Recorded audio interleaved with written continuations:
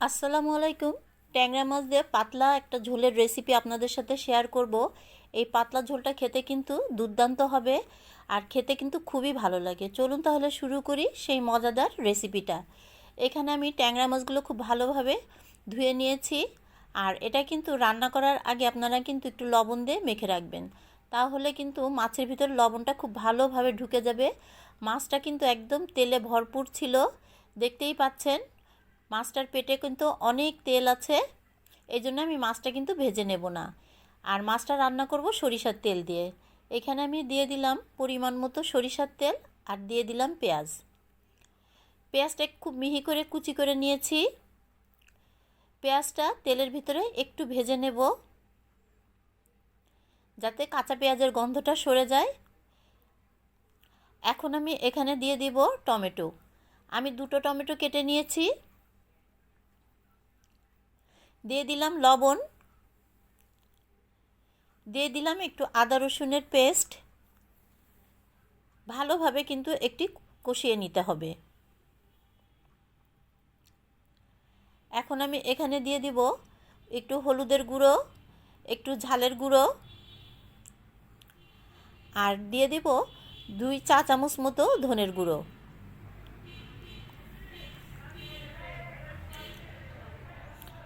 আমি এই মশলাটা এখন খুব ভালোভাবে টমেটো দিয়ে কিন্তু কষিয়ে নেব।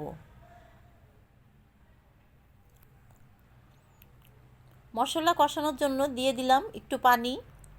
দেখুন আমার মশলাটা কিন্তু খুব ভালোভাবে কষানো হয়ে গেছে। এখন আমি এখানে দিয়ে দিলাম অর্ধেকটা বেগুন, এরকম চারকোনা করে কেটে নিয়েছি, সেটা দিয়ে দিলাম। বেগুনটাও এই মশলার ভিতরে খুব ভালোভাবে কষাতে হবে। বেগুনটা কিন্তু খুব ভালোভাবে না কষিয়ে নিলে বেগুনের থেকে কিন্তু একটু কাঁচা কাঁচা গন্ধ আসে। আমি বেগুন কষানোর জন্য একটু পানিও দিয়ে দিয়েছি। এখন আমি অপেক্ষা করব এটা খুব ভালোভাবে কষানোর জন্য। আর দিয়ে দিলাম একটু পেঁয়াজ পাতা।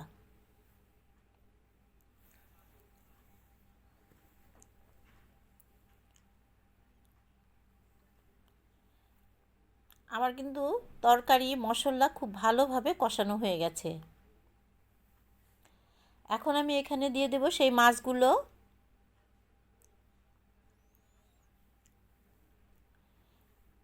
মাছগুলো দেওয়ার পরে আলতো হাতে একটু নাড়াচাড়া করে দেবেন, যাতে ভালোভাবে মশলাটা ঢুকে যায় এর ভিতরে, মাছের ভিতরে।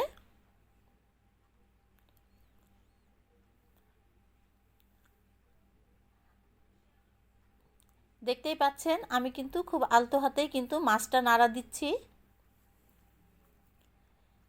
এখন দিয়ে দিলাম পানি। আমি যেহেতু পাতলা ঝোল বানাবো, সেই জন্য আমি একটু পানির পরিমাণটা একটু বেশি দিয়েছি।